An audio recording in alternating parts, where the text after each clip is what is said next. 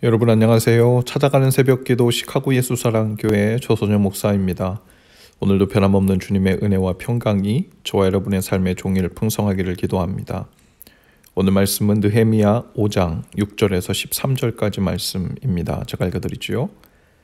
그들의 부르짖음과 탄식을 듣고 보니 나 또한 치밀어 오르는 분노를 참을 수가 없다. 나는 그들이 울부짖는 내용을 신중하게 살핀 다음에 귀족들과 관리들에게 어찌하여 같은 결의끼리 돈놀이를 하느냐고 호되게 나무랐다.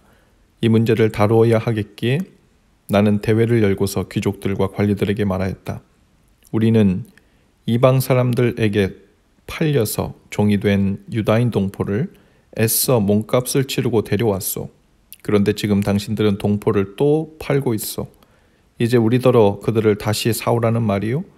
이렇게 말하였으나 그들 가운데 대답하는 사람이 아무도 없다. 그들에게도 할 말이 없을 것이다. 내가 말을 계속하였다. 당신들이 한 처사는 옳지 않습니다. 이방인 원수들에게 웃음거리가 되지 않으려거든 하나님을 두려워하면서 살아야 합니다. 나도 나의 친족도 그리고 내 아랫사람들도 백성에게 돈과 곡식을 구워주고 있습니다. 제발 이제부터는 백성에게서 이자 받는 것을 그만둡시다. 그러니 당신들도 밭과 포도원과 올리브밭과 집을 오늘 당장 다 돌려주십시오. 돈과 곡식과 새 포도주와 올리브 기름을 구워주고서 받는 비싼 이자도 당장 돌려주십시오. 그들은 대답하였다. 모두 돌려주겠습니다. 그들에게서 아무것도 받지 않겠습니다. 말씀하신 대로 다 하겠습니다. 나는 곧 제사장들을 불러 모으고 그 자리에서 귀족들과 관리들에게 자기들이 약속한 것을 서약하게 하였다. 나는 또 나의 주머니를 털어보이면서 말하였다. 이 서약을 지키지 않는 사람은 하나님이 그 집과 재산을 이렇게 다 털어버릴 것입니다. 그런 자는 털리고 털려서 마침내 빈털터리가 되고 말 것입니다.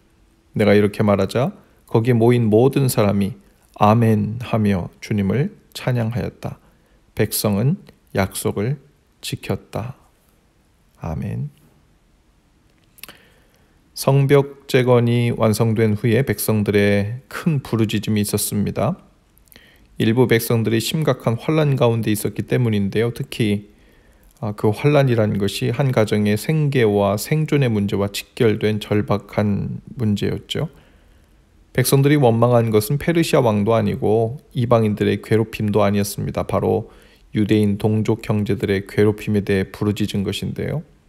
그들은 포로 생활에서 돌아온 가난한 백성을 상대로 고리대금업, 즉 높은 이자를 받고 돈을 빌려주는 사람들이었습니다.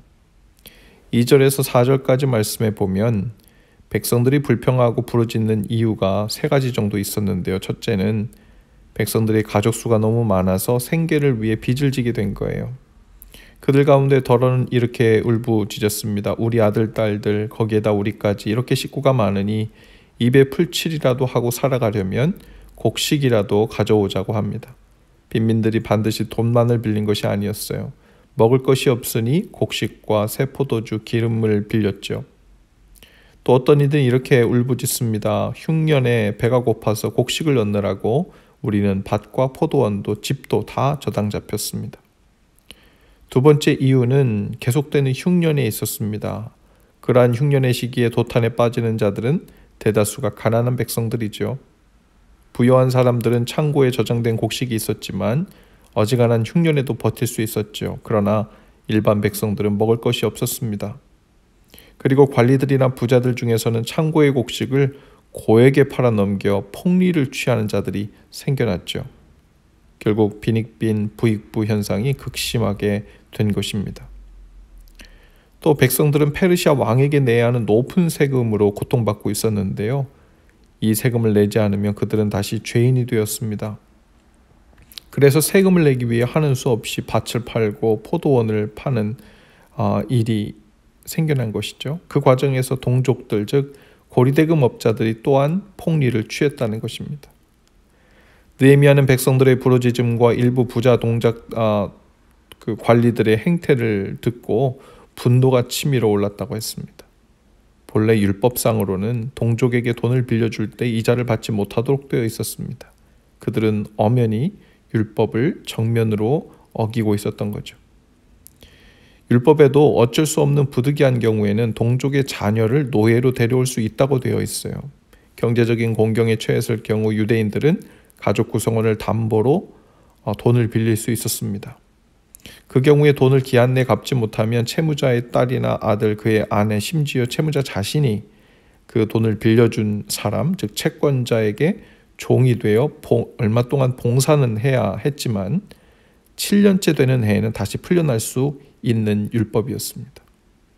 그러나 채권자들의 잘못은 동족을 종으로 삼은 것만이 아니라 그들의 가난을 이용해서 폭리를 취하는 방식으로 돈을 갈취하고 삶을 더 빈곤하게 만들고 밭과 포도원과 집, 그들의 생계의 기본 수단을 몰수했다는 것에 있었습니다. 느헤미야는 사람들과 귀족들, 관리들을 모아놓고 말합니다. 8절과 9절이에요. 우리는 이방 사람들에게서 팔려서 종이 된 유다인 동포를 애써 몸값을 치르고 데려왔소. 그런데 지금 당신들은 동포를 또 팔고 있어. 이제 우리더러 그들을 다시 사오라는 말이요? 당신들이 한 처사는 옳지 않습니다. 이방인 원수들에게 웃음거리가 되지 않으려거든 하나님을 두려워하면서 살아야 합니다. 계속해서 말합니다. 제발 이제부터는 백성에게서 이자 받는 것을 그만둡시다. 또 밭과 포도원과 올리브밭과 집을 오늘 당장 다 돌려주십시오. 돈과 곡식과 새 포도주와 올리브 기름을 구워주고서 받는 비싼 이자도 당장 돌려주십시오. 느헤미야는 아주 구체적으로 그들에게 행할 것을 이야기하고 나무라고 꾸짖었죠. 그러자 느헤미야의 말을 들은 사람들이 대답합니다. 모두 돌려주겠습니다. 그들에게서 아무것도 받지 않겠습니다. 말씀하신 대로 다 하겠습니다. 그러자 느헤미야는 곧 제사장들을 불러 모읍니다. 그 자리에서 귀족들과 관리들에게 자기들이 약속한 것을 서약하게 합니다. 그 서약의 구체적인 내용이 13절에 소개되는 것인데요. 나는 또 나의 주머니를 털어보이며 말하였다. 이 서약을 지키지 않는 사람은 하나님이 그 집과 재산을 이렇게 다 털어버리실 것입니다. 그런 자는 털리고 털려서 마침내 빈털터리가 되고 말 것입니다. 내가 이렇게 말하자 거기 모든 사람이 아멘 하며 주님을 찬양하였다. 백성은 약속을 지켰다 라고 했어요. 느헤미야는 백성들과 함께 기적적으로 성벽 재건을 마무리했습니다. 그 거룩하고 중요한 일을 다 마치면서 이제부터는 주변 이방인들의 괴롭힘과 위험을 피할 수 있다고 기뻐했죠. 그런데 정작 더 심각한 문제는 성벽 안쪽 내부에 있었던 거죠. 성벽은 완성되었지만 성 안에 있는 죄가 서로를 살지 못하게 하고 괴로운 삶을 이어가게 했던 겁니다. 특별히 13절에 보면 느헤미야의 맹세 앞에 온 백성이 아멘 하며 주님을 찬양했고 약속을 지켰다고 했는데요. 성벽을 재건하고 성전을 재건하고 성벽을 다시 쌓아올리는 그 거룩한 일에만 아멘을 한 것이 아니었어요. 그들은 하나님 앞에서 고쳐야 할 자신들의 죄 그리고 마땅한 행위를 고치는 일에도 아멘을 했습니다. 아멘은 하나님 앞에서 그렇게 하겠다는 서약의 맹세였습니다. 그리고 그들은 입으로 아멘 한 대로 삶으로도 그 약속을 지키는 행위로 아멘했죠. 오늘 우리도 예배할 때는 물론이고 찬양할 때, 기도할 때 물론 삶으로도 아멘을 고백해야 할 것이 있을 것입니다. 13절에 있는 느헤미야의 맹세문은 사실상 저주의 말처럼 들립니다. 그 약속을 지키지 않을 시 하나님께서 당신들의 주머니를 탈탈 털어서 거지가 되도록 만들어도 좋습니까? 라는 말에 백성들은 아멘을 한 겁니다. 또한 행위로 그 약속을 지켰다고 했어요. 하나님 앞에서 예배는 정기적으로 하고 또 기도도 헌금도 봉사도 하고 있지만 외부적으로는 하나님을 향한 성전이 재건됐고 마치 성벽도 다시 다 쌓아올려 한시름 놓고 정상적인 신앙생활을 하는 것처럼 보일지 모릅니다. 그러나 그 삶의 현장에서는 내부적으로 하나님의 뜻을 정면으로 어기며 눈을 감고 살아온 부분이 있을지 모릅니다. 느헤미야의 분노처럼 성령께서 우리 안에서 거룩한 부담감을 또 근심하는 마음을 주실 것입니다. 그리고 아멘을 요구하시는 거죠. 약속을 지키겠느냐? 죄를 돌이키겠느냐? 의도적으로 알면서도 하나님을 두려워하지 않는 그 죄를 멈추겠느냐? 오늘 말씀의 그들처럼 우리의 삶을 돌이키는 일에도 아멘 하실 수 있기를 바랍니다. 그리고 이 약속을 힘써 지키는 일의 행위로 아멘을 또한 고백하고 삶으로 하나님이 기뻐하시는 거룩한 산제사를 드리는 저와 여러분이 다 되실 수 있기를 주님의 이름으로 축복합니다. 기도합시다. 주님, 예배당에서 하나님을 예배할 때 입술로 드리는 아멘뿐 아니라 하나님 앞에서 죄를 돌이키고 삶을 고치는 일에도 아멘 하겠습니다. 그리고 주님 앞에서 언약을 지키는 것으로 우리의 믿음을 보이는 백성으로 살겠습니다.